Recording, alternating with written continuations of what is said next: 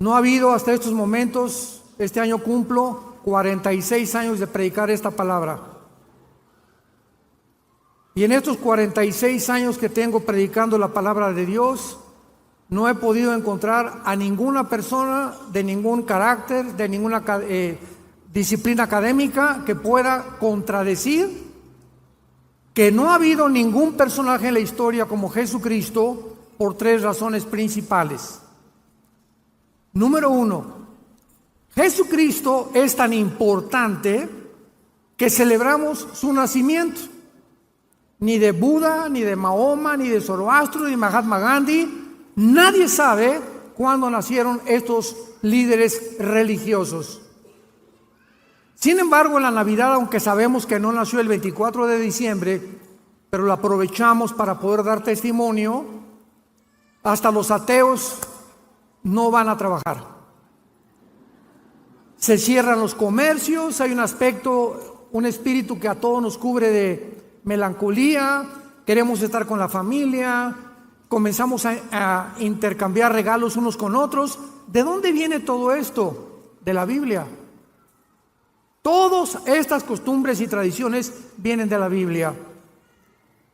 Hace algún tiempo tuve una discusión con un ateo por radio y me dijo, de alguna forma tan burlona, yo ni siquiera creo que Jesucristo existió. Y le pregunté, ¿me puede decir qué fecha es hoy? 19 de mayo de 1991 me contestó. Y le dije, ¿desde cuándo comenzamos a contar? 1991. No sabía dónde esconderse.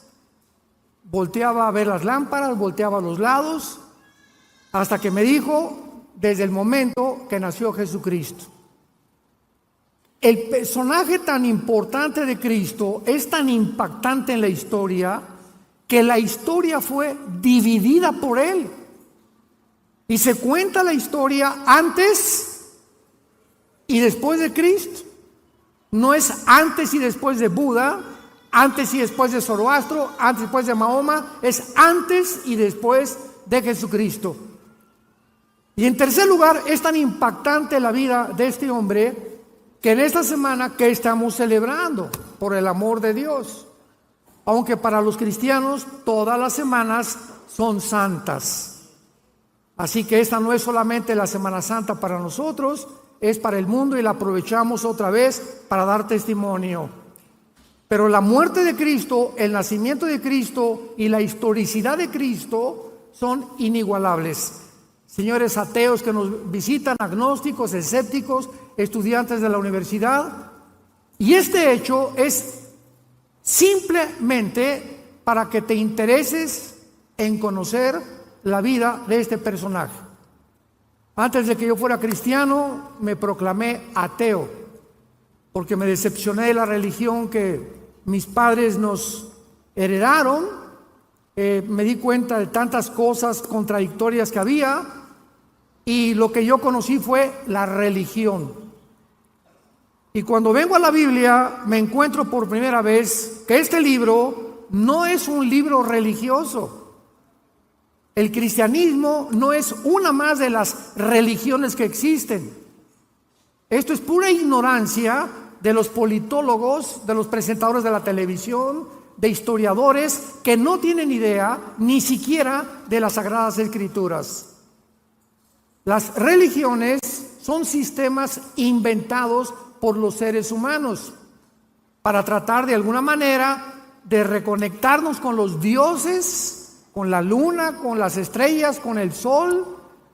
O agarramos un tronco de un árbol y le damos la forma de un ser humano y nos hincamos ante algo que nosotros construimos o esculpimos. Esas son las religiones. Pero cuando venimos a la Biblia, venimos a Cristo, venimos a un hombre que se llama Jesús. Y tú puedes ser católico, mormón, evangélico y no tener una relación personal, diaria, viva, orgánica con la persona de Jesucristo. El hecho que vengas a la iglesia no te hace cristiano. Es como el hecho que si te vas a una fábrica de Volkswagen y trabajas en la Volkswagen, no sales hecho un carro Volkswagen. Entonces la iglesia es un lugar de reunión para aquellas personas que han decidido seguir a Jesús y quieren conocer más de la persona de Jesucristo. Hay un aspecto que quiero tratar en esta noche, científicamente, médicamente, de la persona de Jesucristo. Una de las preguntas más importantes que he tratado de hacer, estoy hablando en seminarios teológicos, en institutos bíblicos, en reuniones de psicólogos, como en el Ecuador tuvimos una con todos los psicólogos del Ecuador, mi esposa y yo hablando sobre la psicología y la Biblia, etcétera, etcétera, ha sido esta pregunta: ¿qué fue lo que le causó la muerte a Jesucristo? Y cuando ponemos la Biblia y comenzamos a investigar que la mayor parte de los crucificados, cuando estaban casi ya exhaustos, los soldados romanos tenían la orden del gobierno de romperles las rodillas, los meniscos de las rodillas, para que el crucificado, si no había muerto de desangramiento, muriera de asfixia. Entonces, al romperle los meniscos a los crucificados, se colgaba el cuerpo y ya no podían tener la fuerza para poder respirar ni exhalar. Morían asfixiados. Y eso garantizaba que al bajarlos de la cruz, estaban muertos. Porque si un soldado romano bajaba a un crucificado vivo, el soldado era también sentenciado a pena de muerte. Sin embargo, cuando Jesucristo estaba colgado en la cruz, el centurión romano, que era experto en muertes, se acerca a la cruz y él sabía que Cristo estaba muerto. Sin embargo, agarra una lanza y lo atraviesa del lado izquierdo al lado derecho, a través de todo el pecho de su cuerpo. Y Juan escribe en el capítulo 19: vi salir una gota de sangre mezclada con agua. Y a la luz de la cardiología moderna, porque en la Biblia encontramos las evidencias más antiguas de genética, química, antropología, paleontología, medicina, biología y cualquier disciplina académica que tú me quieras decir. La Biblia es más antigua que cualquier libro científico del siglo XXI. Quiero comentarles a ustedes, antes de desarrollar esta conferencia, el estudio médico realizado por el doctor William Edwards, patólogo de la Clínica Mayo de Rochester, Massachusetts. La Clínica Mayo, el Hospital General de Boston y el Hospital Hopkins son las tres instituciones que se clasifican como las mejores médicamente hablando y clínicamente del mundo entero. Ni en Inglaterra, ni en Francia, ni en Alemania, ni en ningún lado se pueden caracterizar con la fama que tienen estas instituciones clínicas, médicas, científicas. Este estudio del doctor Edwards apareció en la revista médica Diario de la Asociación Médica Americana, en inglés, Journal of the American Medical Association. Y esta revista aparece cada semana en la investigación médico-científica del mundo entero. Escuchemos la opinión médica de una persona que no es cristiana, de un médico patólogo famoso en el mundo entero acerca de la muerte de Jesucristo. Número 1, la sangre que sudó en Getsemaní. La Biblia dice que cuando Cristo estaba en Getsemaní, fue tan intensa la presión que él tuvo espiritualmente que la sangre comenzó a salir de sus poros y de su piel. Y este médico dice lo siguiente: este fenómeno se llama hematohidrosis. Hematohidrosis, o sea, sudor sanguinolento. y ocurre en estados altamente emocionales, cuando la hemorragia de las glándulas sudoríparas ocasiona que la piel quede excesivamente frágil. Probablemente la pérdida sanguínea en el huerto de Getsemaní fue mínima. Sin embargo, la fragilidad cutánea resultante ocasionó más tarde en una gran pérdida sanguínea durante la flagelación. Veamos qué dice Mateo 26, versículo 36. Entonces Jesús llegó con ellos a un lugar que se llama Getsemaní. La palabra Getsemaní en el hebreo es Getsemana o Getsemaní, que significa el aceite prensado. O sea, cuando se aprietan las uvas, ¿verdad?, sale el líquido. Cuando se aprietan las aceitunas, sale el aceite de olivo. Y Getsemaní es el lugar donde él fue prensado, apretado. Y fue tan grande la presión psicológica y espiritual de Cristo para que la sangre haya salido de su piel en la hematodihidrosis. Es un fenómeno que los médicos explican por qué sucede. Estos se enrollaban en el cuerpo de la víctima cuando lo flagelaban. Los látigos romanos eran de 5 colas y tenían en las puntas plomo y tenían acero, y se enrollaban 4 o 5 veces alrededor del pecho y de la espalda, y cuando el soldado romano sacaba el látigo, desgarraba todos los tejidos subcutáneos del pecho y de la espalda y quedaban las heridas en la superficie. Cuando Cristo fue acostado en la cruz, no tenía piel a frente ni tenía piel atrás. Completamente estaba desnudado de su piel, de los 39 flagelos que le implicaron el desangramiento que se inició en el huerto de Getsemaní. El grado de pérdida sanguínea, dice el médico Edwards, determina el tiempo que la víctima sobrevive en la cruz. La pérdida apreciable de sangre prepara el terreno para un estado de shock hipovolémico, que es un estado donde existe una discrepancia entre la capacidad de los vasos sanguíneos y su contenido. La hipovolemia significa disminución del volumen sanguíneo por pérdida de sangre o deshidratación.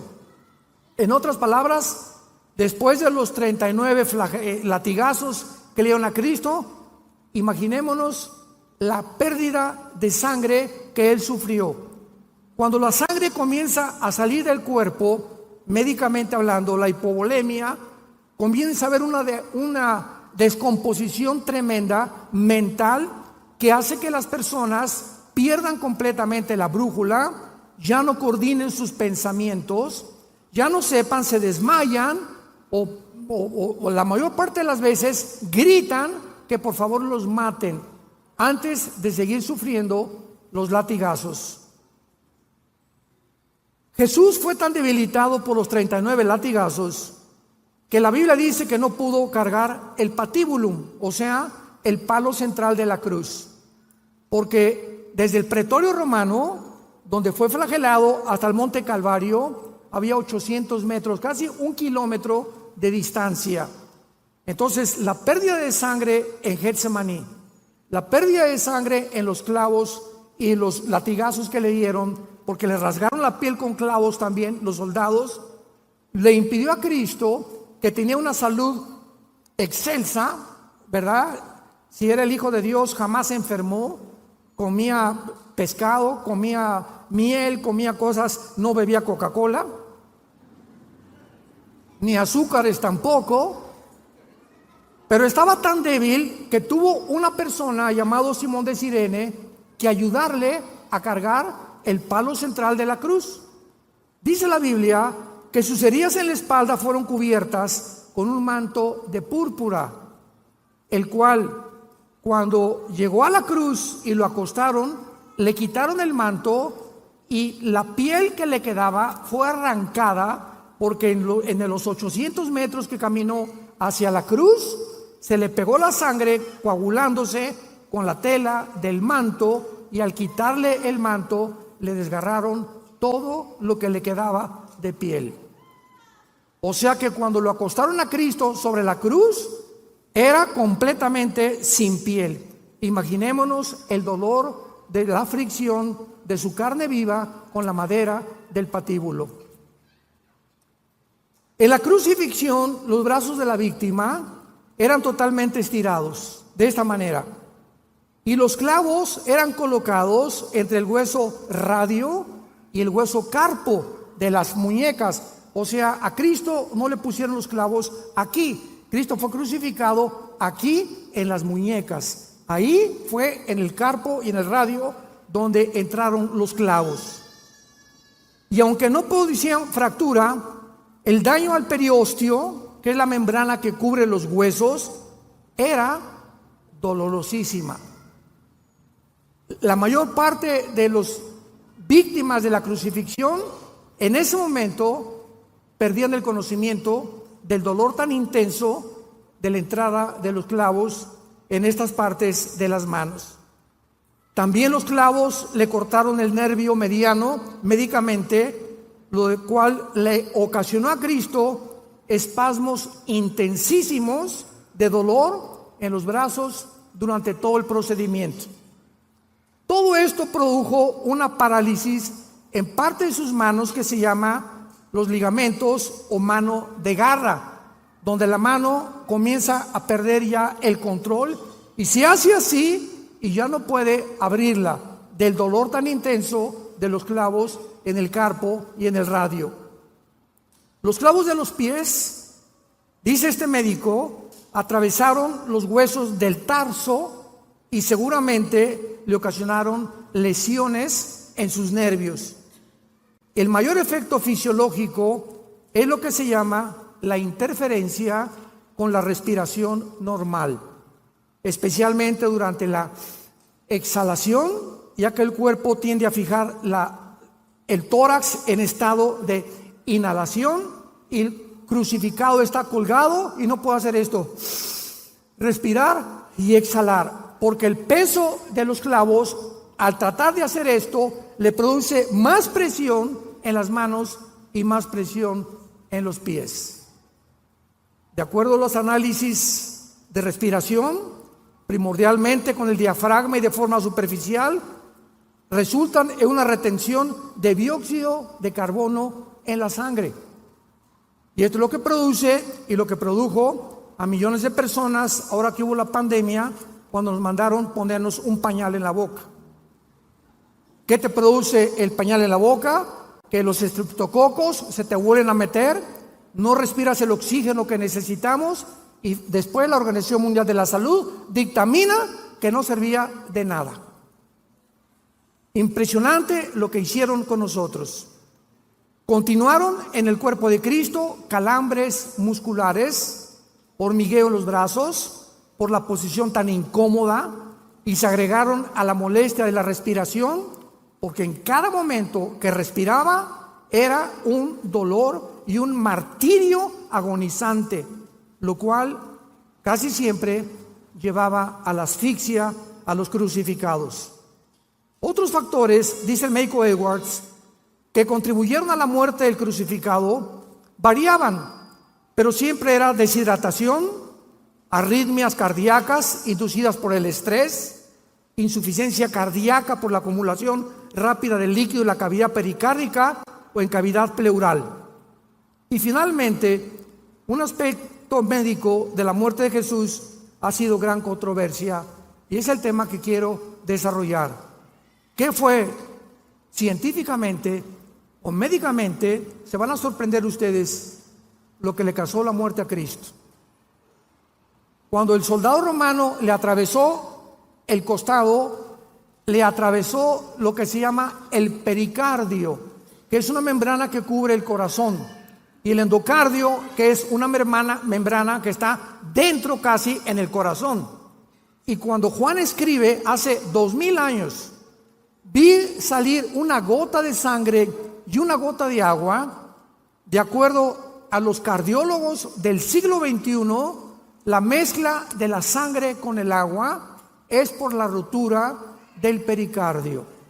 O sea, Cristo ya estaba muerto antes de que el soldado le atravesara con la lanza el costado.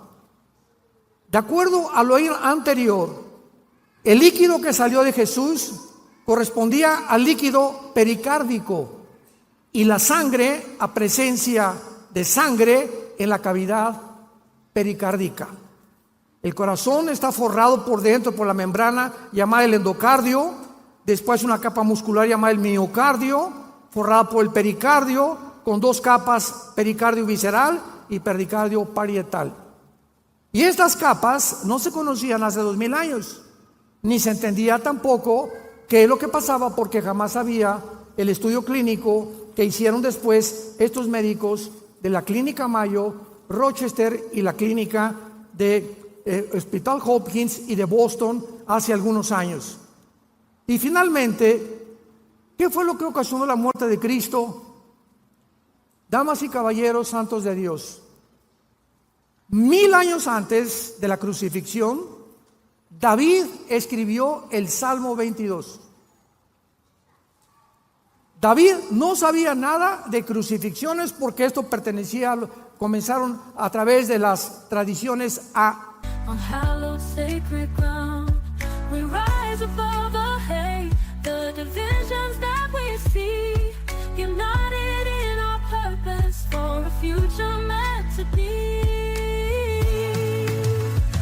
For the greatest love, the love that binds us all, is the love for justice, for a nation standing tall.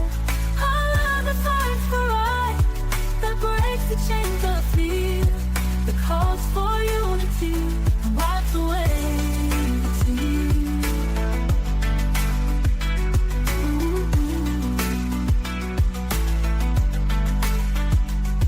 The voices of the people run crescendo in the night, a symphony of change, a beacon burning bright.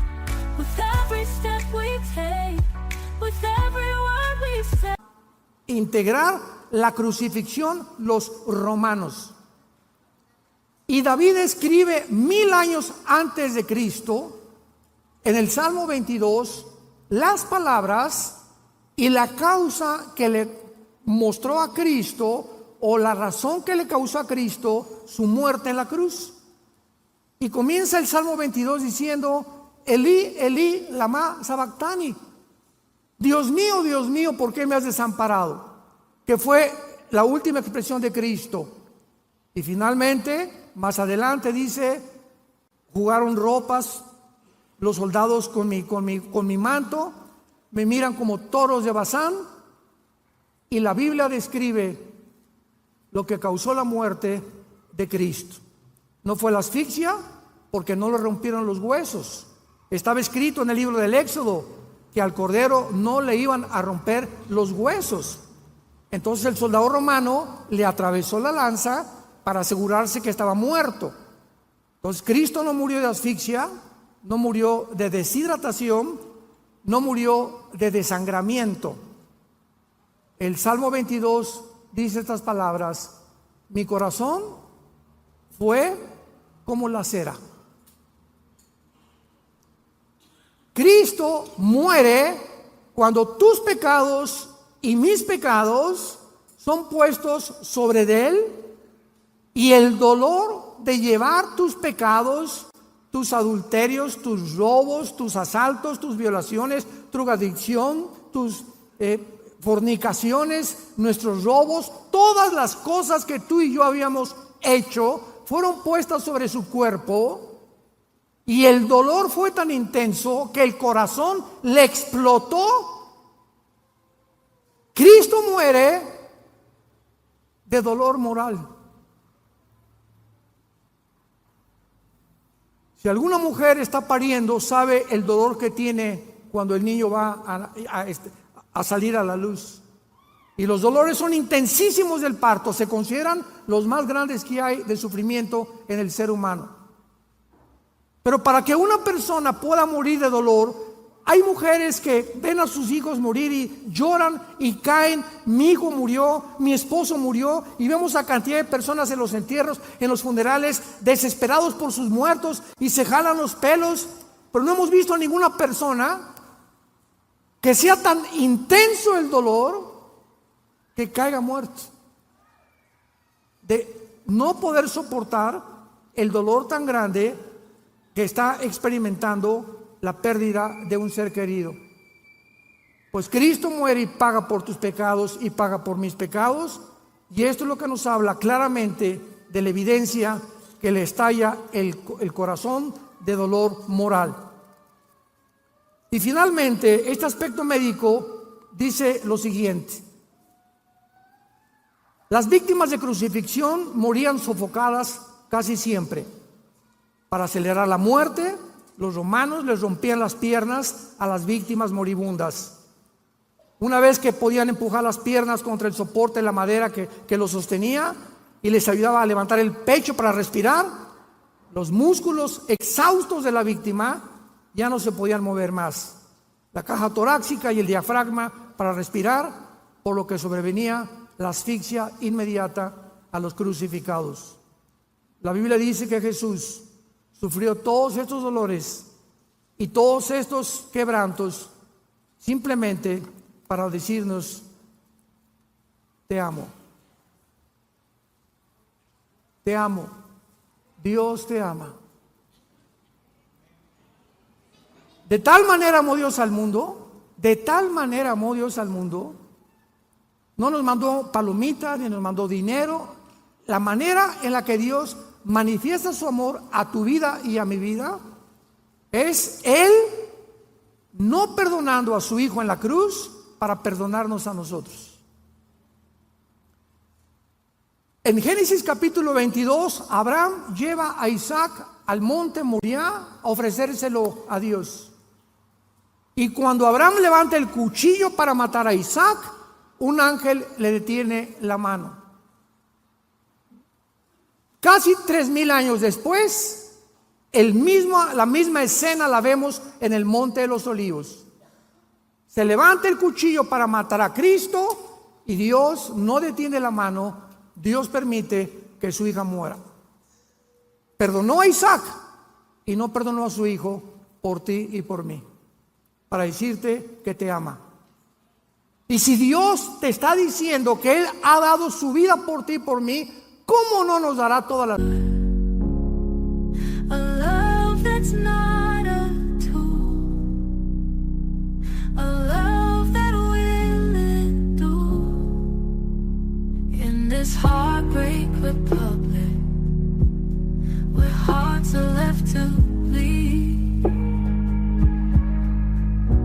I'll find a love that conquers, that plants a righteous seed. The politicians, they preach of peace with empty promises they deceive. They build walls around our souls and tell us how to believe. They paint their flags with hollow words and claim they hold the key, but their hearts are cold and empty, devoid of empathy. They tell us cosas si nosotros se las pedimos y le seguimos en el temor de su vida en nuestro corazón. El temor de Dios es medicina a nuestro cuerpo y refrigerio a nuestros huesos. Largura de días y años de vida y paz te aumentarán. Y tú no puedes más que comprender algo. Yo siempre que he tenido en estos 46 años de vida predicando el Evangelio, cuando me asaltan dudas, porque las dudas nunca van a dejar de asaltarnos, es una guerra mental entre el bien y entre el mal. Mientras más memorizo la palabra y más la medito, es la única forma de poder contrarrestar mi ansiedad, mi estrés, mis preocupaciones. ¿Por qué? Porque si no pueden haber preocupaciones y la palabra de Dios en mi mente.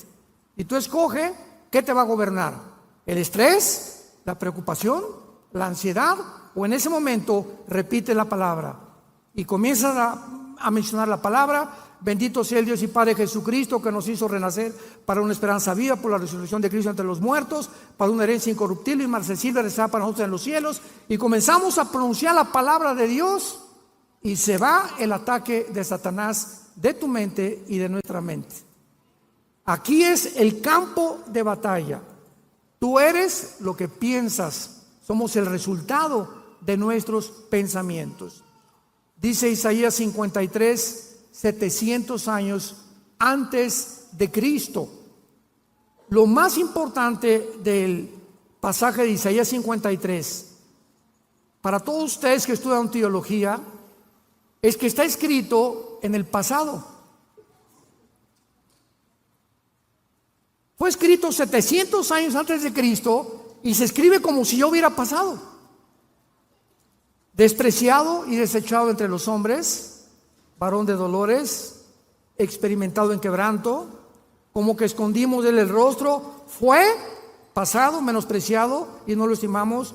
Ciertamente llevó, no dice llevará, llevó nuestras enfermedades, sufrió nuestros dolores, le tuvimos por azotado, por herido de Dios y abatido. Mas el herido fue tiempo pasado por nuestras rebeliones. Pregunta: ¿cómo es posible que se hable de un evento futuro en el pasado? Porque la Biblia es el único libro hiperdimensional. Señores científicos que nos acompañan, señores médicos, señores psicólogos y psiquiatras que están con nosotros. ¿Qué estoy diciendo? En 1940, más o menos, 43, Alberto Einstein descubrió una fórmula científica que revolucionó completamente la dimensión y las leyes de la física. E igual a mc al cuadrado.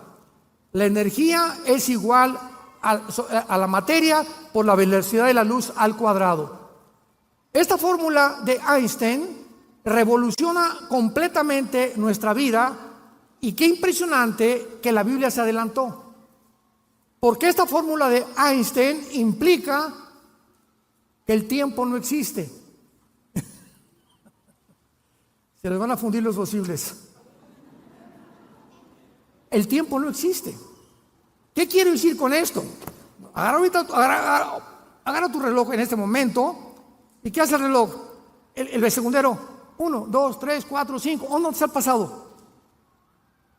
¿Dónde está el pasado? Estamos en el presente. 1 es el presente. 2, 3, 4, 5, 6, 7, 8. El futuro todavía no estamos ya. El pasado. Hace un segundo tu pasado ya no existe. Hace 2000 años el apóstol Juan escribe el Apocalipsis. Viaja el apóstol Juan 2000 años y ve al anticristo y la tercera guerra mundial. Juan regresa en el espíritu y el Apocalipsis ya está escrito lo que va a ser. No ha sido y será.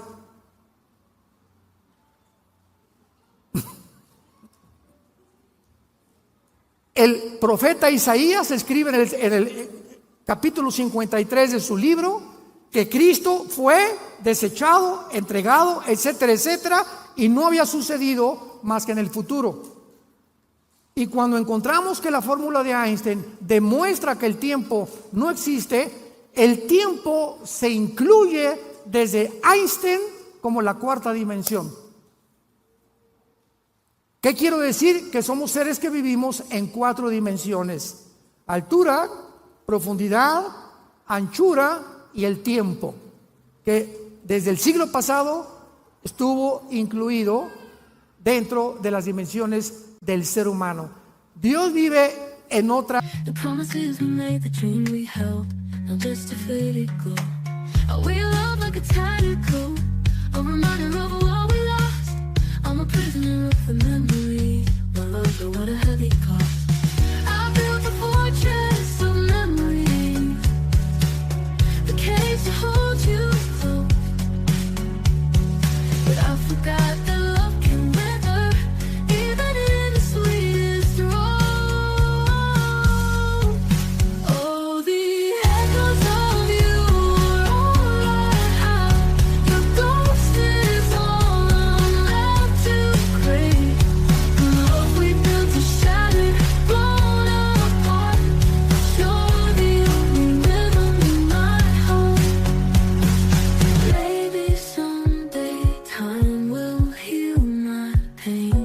and I'll forget your face. Dimensión, en la sexta, séptima u octava dimensión. Para Dios 1000 años es un día. Un día es como 1000 años. Cada vez que la tierra hace una vuelta al sol de 365 días, para Dios fue un día. Para nosotros fueron 365 días que pasaron en nuestro tiempo. Y si yo me voy a la luna o a Marte con un traje de astronauta y salgo mañana, vamos a poner que mañana es el 10 de abril y regreso dentro de un año y tengo 30 años de edad, cuando yo regrese el año que entra, mi esposa va a tener 5 años más que yo. Porque ya saliendo de la atmósfera, el tiempo no existe como existe aquí en la Tierra. Aquí pasa más rápido que en el espacio. ¿Y cuántos hombres dicen, no, pues yo me quiero ir a Marte, no? Hermanos, todo lo que estoy compartiéndole a ustedes es maravillosa, la Biblia es maravillosa.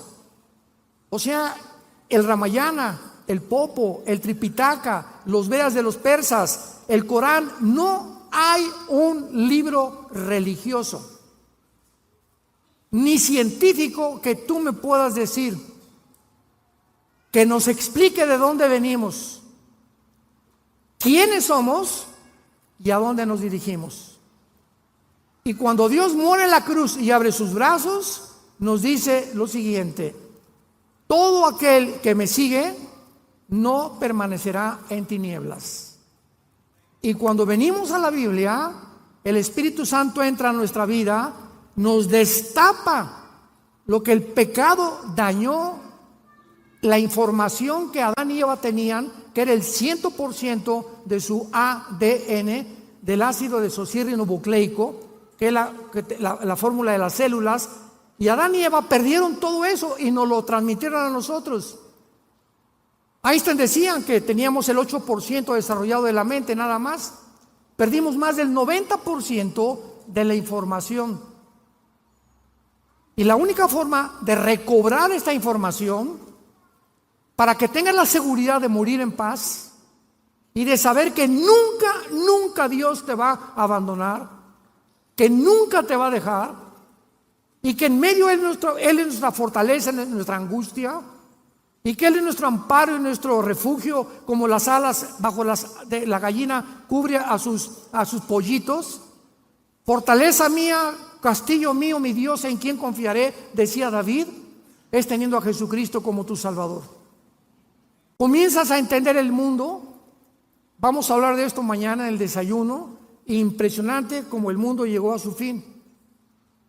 Filosóficamente, religiosamente, políticamente, militarmente, en cualquier área que tú busques, el mundo en que tú y yo vivimos hoy está completamente derribado.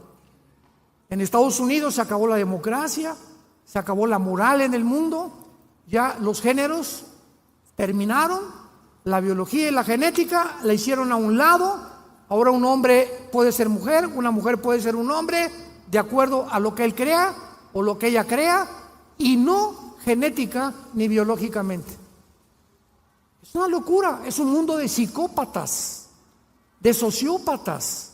Nunca el mundo había enloquecido al grado en el cual se encuentra actualmente. Y simplemente porque no tienen a Dios, porque hemos creído que podemos vivir sin Él. ¿Qué importancia tiene la muerte de Cristo para todos nosotros? En primer lugar, la muerte de Cristo fue el tema que más intrigó a los profetas hebreos.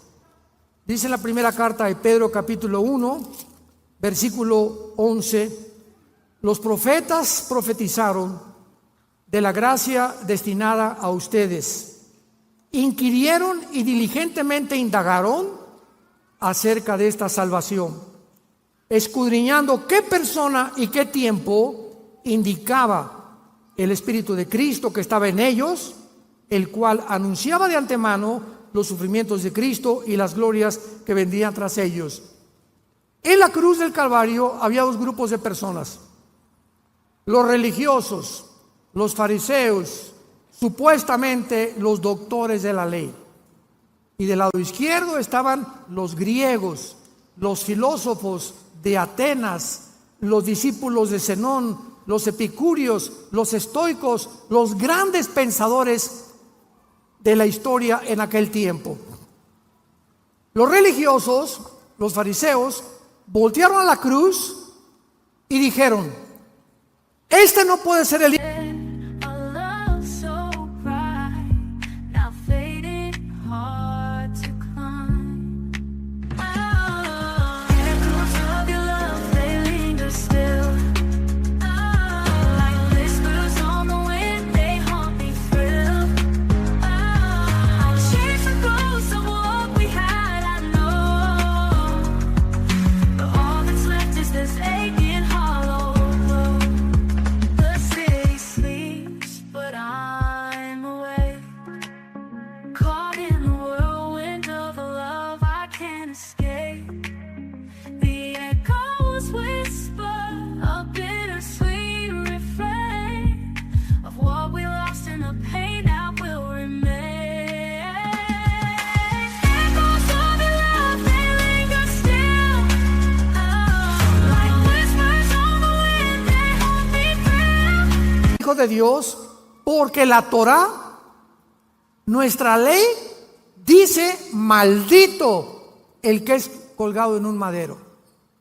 Entonces, ¿cómo puede este hombre decirse que es hijo de Dios cuando nuestra ley dice que los que son crucificados son hechos maldición? No puede ser este el hijo de Dios. Comenzaron a ofuscar en sus pensamientos y en su limitada racionalización.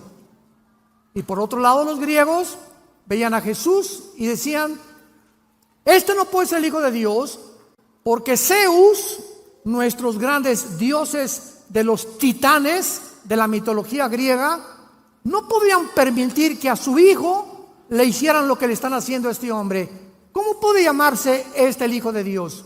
Damas y caballeros, los religiosos y los filósofos, Dios enloqueció su sabiduría, porque la palabra de la cruz es locura a los que se pierden. Y no podían, con su mente intelectual y filosófica, como actualmente también, no me importa que seas maestro de filosofía y letras en la universidad, ni que tampoco tengas doctorados en ciencias políticas, si tú no tienes al Espíritu de Cristo en tu vida, no vas a entender la Biblia. Porque los pensamientos de Dios son más altos que los nuestros. Y la forma como Dios actúa no es como nosotros. Y en esa cruz, donde unos decían que era maldición y otros que era una imposibilidad que el Hijo de Dios pudiera decirse así, muriendo como un vil criminal y su padre no hiciera nada, Dios lo hizo a propósito, porque detrás de esa muerte se encontraba toda la sabiduría de Dios, escondida detrás de la locura de los seres humanos. Y eso fue lo que me hizo a mí, por primera vez en mi ateísmo, reflexionar y humillarme delante de Dios. Y se acercó entonces mi hermano Alejandro, que era cristiano, y me leyó este pasaje de 1 Corintios capítulo 1, que dice así: porque lo insensato de Dios es más sabio que los hombres, y lo débil de Dios es más fuerte que los hombres. Lo que para ti es locura, para Dios es sabiduría. Porque lo que tú calificas como locura, Dios lo hizo a propósito para que no lo busques intelectualmente, sino para que te humilles delante de Él, recibas a Cristo y Él te abra el entendimiento y te diga: 2 más 2 son 4, 5 más 5 son 10. Imagínate un niño de 6 años: oiga, maestro, ¿qué quiere, chamaco? Tanta molesta que me das. Explíqueme la teoría de Einstein, m igual a mc al cuadrado. Mira, niño, aunque yo te lo explique, no lo vas a entender. Pero ¿por qué, maestro, si mi cerebro es igual al tuyo? Es verdad, pero el mío está desarrollado y el tuyo no. Entonces, cuando tú crezcas y madures en conocimiento, vas a entender lo que ahorita, aunque te lo explicara, no lo vas a explicar. Cuando yo era ateo, Dios me dijo: gusano, chinche, hormiga de agua puerca. ¿Quieres entender mis caminos? ¿Quieres caminar conmigo? ¿Tú crees que puedes comprenderme cuando yo hice el universo? Como le dice a Job, ¿dónde estabas cuando hice la tierra? Cuando medí las medidas de la tierra, la distancia entre la tierra y el sol, el movimiento de gravitación de la tierra, el movimiento de traslación de la tierra, la velocidad de la luz, 300,000 kilómetros por segundo. ¿Dónde estabas tú? Le pregunta Dios a Job. Si eres tan inteligente, dímelo. Dime quién eres, ya para acabar pronto. Y cuando nos damos cuenta que estamos tratando de pelear con un Dios, que si Él existe es lógico, hermanos filósofos, la lógica elemental nos dice lo siguiente: si realmente Dios existe, Él no puede pensar como nosotros, y es una mente inmensamente grande, maravillosa, y si yo quiero aprender, necesito una condición, una sola: ser humilde. Ser humilde, humillarme. Señor, lo que sé, como dijo Sócrates, yo solo sé que no sé nada. Estoy tratando de pelearme contra ti, que porque, ¿y para qué si Dios hizo a alguien?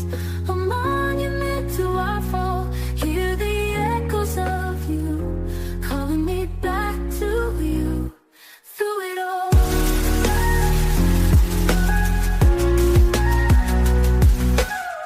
I search for answers in the fractured pieces of the past, trying to understand how love like ours could not last. 1,000 questions unanswered, swirling in my head. Pain a constant echo, whispering, you're better off dead. Your scent still lingers, a cruel and phantom trace. On every corner, every room, I see your empty space. The echoes of your voice, a haunting melody, a bittersweet symphony, reminding me. Diablo. ¿Y para qué hizo el sufrimiento? ¿Y por qué permite que los niños se mueran? Qué interesante que los ateos nunca contestan, nos preguntan a nosotros. Nunca un ateo le va a preguntar esas preguntas a otro ateo, o a un agnóstico o a un escéptico. Nunca, jamás. Nos los hacen a nosotros los cristianos, porque de alguna manera en sus conciencias saben que no hay respuestas en el mundo, y por eso viven vidas sin esperanza, sin ninguna seguridad, llenos de estrés, llenos de esperanza, llenos de odio, llenos de maldiciones. ¿Por qué? Porque están enojados contra la vida, porque no entienden la vida, porque no entienden a Dios. Y como dijo don Teofilito, ni lo entenderás hasta que no vengas a la cruz de Jesucristo. Lo insensato de Dios es más sabio que nosotros. Miren, hermanos, que Dios escogió lo necio para avergonzar a los sabios, y lo débil del mundo escogió Dios para avergonzar a los fuertes. ¿Saben lo que dijo el Dalai Lama al Papa Juan Pablo II cuando vino a México? Le dijo al Papa, el Dalai Lama, a Juan Pablo II: yo pienso que Cristo se equivocó porque escogió a 12 pescadores iletrados y desleídos, como decía Cantinflas, que ni a la primaria fueron. Si hubiera escogido personas inteligentes, dijo el Dalai Lama, como yo, que soy filósofo y pienso, y la política y por aquí y por allá, Cristo no hubiera muerto crucificado. Jesús, María y José y el burrito que los acompaña. Virgen de la Macarena. ¿Se dan cuenta la estupidez, la soberbia del ser humano?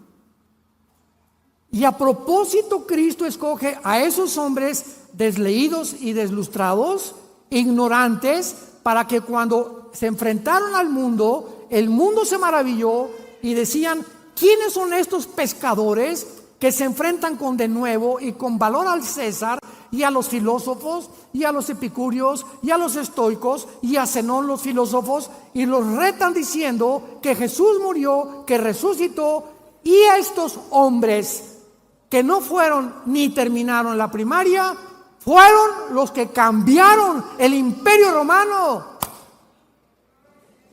Nunca un impacto tan grande en la historia había sido hecho por 12 hombres vulgares y pescadores. Y Dios lo hizo a propósito para avergonzar a los sabios.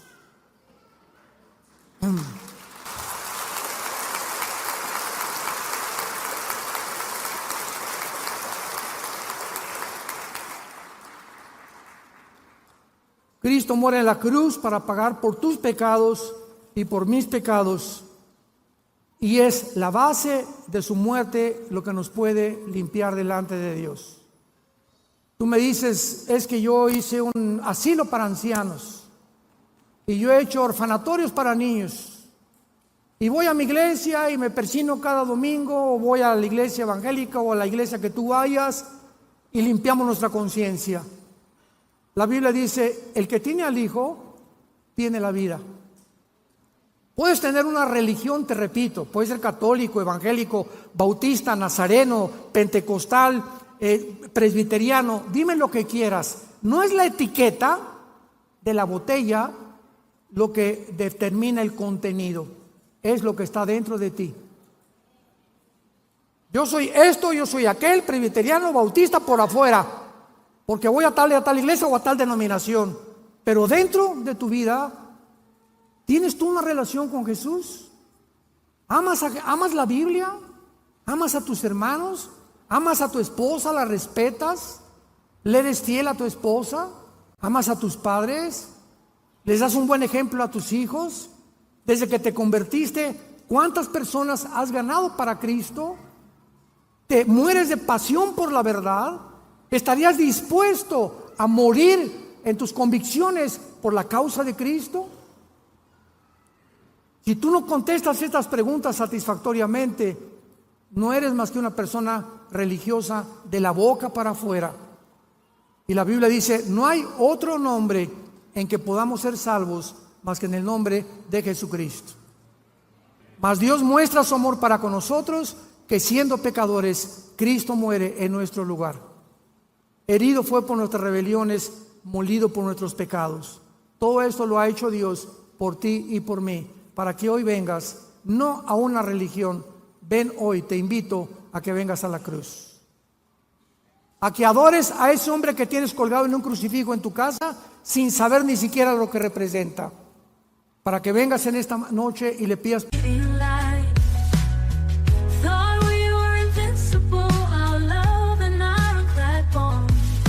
Your goodbye shattered the illusion, left me completely formed. Remember the promises whispered in the night, now just echoes in the silence, lost in the fading light. Thought we were invincible, our love an ironclad bond, but your goodbye shattered the illusion, left me completely formed. Of memories that haunt me, each one a sharp sting.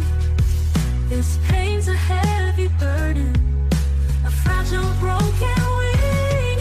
This heart breaks, a symphony plays on repeat in my head. Each note a memory, every chord a tear I shed. Perdón por tus pecados. Your smile can't erase my heart. I am so not me when you look at me. I forget what I really had to say. This is the magic of your love for me. Is my soul with destiny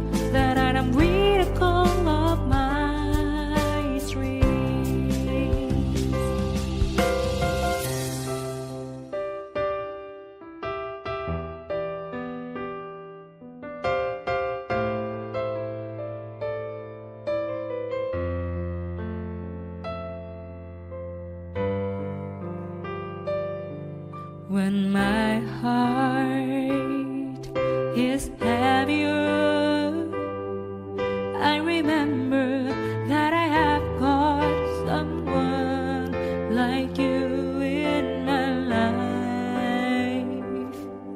A single day is nothing without you. Que no salgas por esa puerta como entraste, confundido. Tal vez por curiosidad viniste en esta tarde, pero Dios tenía una cita contigo.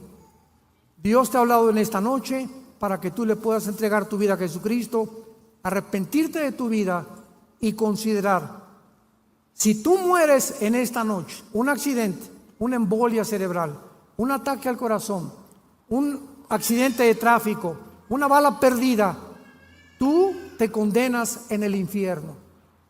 Puedes burlarte en esta noche todo lo que quieras, pero estas palabras son fieles y verdaderas. Es la palabra de Dios, y Dios tenía una cita contigo para decirte: te amo. Fui crucificado, fui muerto y resucitado a los 3 días, para que tú vengas y renueves tu vida conmigo, para que yo entre a tu vida y para que me conozcas y tengas la vida eterna. Les pido que acá inclinen su rostro por algunos momentos y le digas con todo tu corazón estas palabras a Dios. Señor mío y Dios mío, lo puedes hacer en silencio. Te doy las gracias por haberme permitido escuchar tu voz a través de la Biblia, tu palabra santa. Creo con todo mi corazón que en esa cruz, a través de la sangre que tu Hijo derramó, es el antídoto, es la medicina que tú has provisto para mis pecados. Creo que a los 3 días tu Hijo se levantó de entre los muertos, y porque ahora vive, y lo creo con todo mi corazón, te pido, Señor Jesús, que en este instante entres a mi vida como mi Señor y mi Salvador. Te doy las gracias por darme la vida eterna, y la corta vida que me das o que me queda, la quiero vivir para conocerte a ti y a tu Padre, y vivir para dar testimonio de tu amor en esa cruz. En el nombre de Jesucristo. Amén. Gracias a Dios por la palabra de Dios. Gracias a Dios por la Biblia. Los cielos y la tierra pasarán,